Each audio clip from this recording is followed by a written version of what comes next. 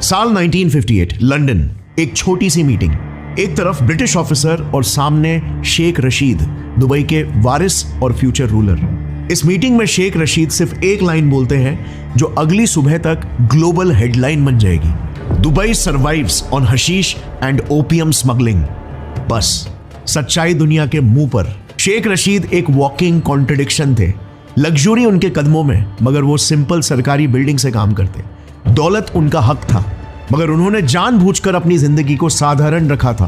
Dubai की जनता के लिए वो एक राजा नहीं, उनके लीडर थे। तो फिर सवाल उठता है कि ऐसे इंसान के राज में दुबई का नाम कैसे बन गया the gold smuggling capital of the world.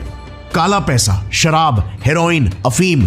Dubai एक ट्रांजिट पॉइंट बना जहां पर इलीगल ट्रेड सीधे रशीद के नजर के नीचे चल रही थी। मगर क्यों?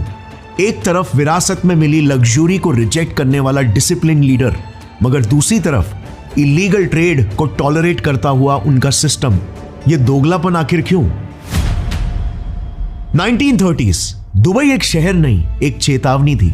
कोई स्काईस्क्रेपर्स नहीं, कोई मॉल्स नहीं, बस रेत, गर्मी और मौत सी खामोशी।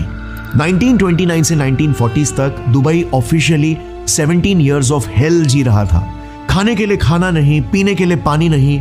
द ग्रेट फैमिन के दौर में कई लोग भूखमरी से मर रहे थे, और जो नहीं मरे उन्होंने पेड़ों की सूखी पत्तियां या रेगिस्तान में पाए जाने वाली इन छिपकलियों को खाकर अपनी जान बचाई। इकलौती राहत बन गई टिड्डियों का झुंड। हाँ, दूसरे देशों के लिए जो चीज आफत, दुबई के लिए बन गई राहत। अब लोग कुछ दिन और जी सकते थे। दुबई के राजा शेख सईद बिन मक्तौम, शेख रशीद के पिता भी अब कुछ दिन चैन की सांस ले सकते थे। मगर इसके कुछ दशक पहले तक तो दुबई कीमती मोतियों का सबसे बड़ा सप्लायर था। मार्केट में ब्रिटिश, फ्रेंच, इंडियन और अमेरिकन खरीदारों की लाइन लगती थी सिर्फ दुबई के समुद्र से निकली मोतियों का व्यापार करने के लिए।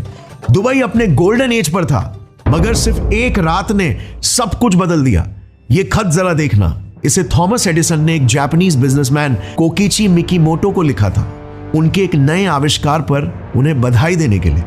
एडिसन लिखते हैं, it is one of the wonders of the world that you were able to culture pearls. Yes, इतिहास में पहली बार किसी ने समुद्र की गहराइयों में पाए जाने वाले पर्ल्स, इन नायाब मोतियों को अपने लैब में इन्वेंट कर दिया था। Lab grown cultural pearls, artificial मगर फ्लॉलेस, और सबसे खतरनाक बात, असली मोतियों से 90% सस्ते दाम में। पूरी दुनिया में सुनामी आ गया, मगर दुबई में